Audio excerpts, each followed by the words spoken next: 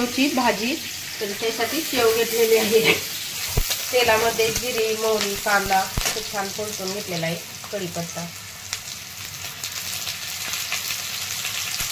त्याने लसूण, हिरवी मिरची, कोथिंबीर हे कुटून घेतलं. यामध्ये तुम्ही अद्रक पण टाकू शकता. अद्रक आहे पण टाकलेले नाही. हळद टाकलेली आहे.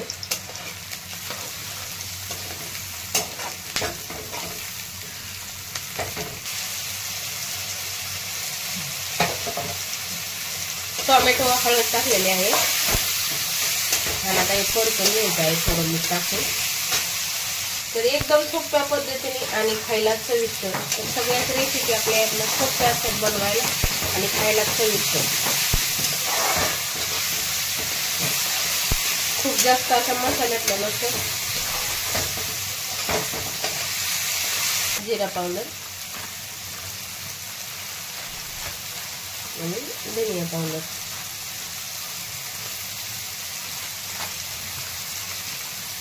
हा आहे शेव उसळ मसाला, तर हा टाकून घेत आहे.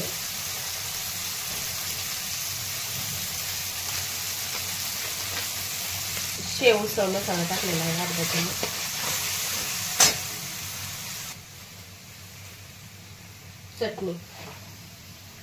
चटणी टाकून घेतलेली आहे 1 चमच आणि घरकुल मसाला टाकत आहे.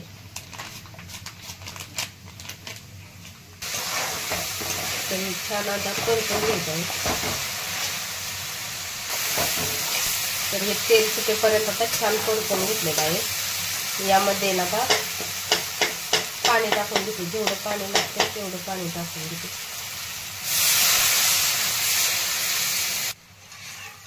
तर 2 ग्लास पाणी टाकून घेतलेलं आहे. आता उकळी येऊन द्यायची आणि नंतर यामध्ये शेव टाकून घ्यायची. पाहू शकता उकळी आलेली आहे भाजीला.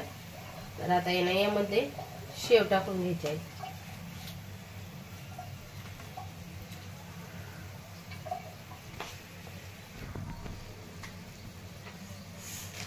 शेव टाकून कमी गॅस करायचा आणि 1-2 मिनिट होऊन द्यायची भाजी. तर पाहू शकता छान अशी आपली शेवभाजी खाण्यासाठी तयार झालेली आहे. तर या खायला शेवभाजी. व्हिडिओ आवडला तर लाईक करा.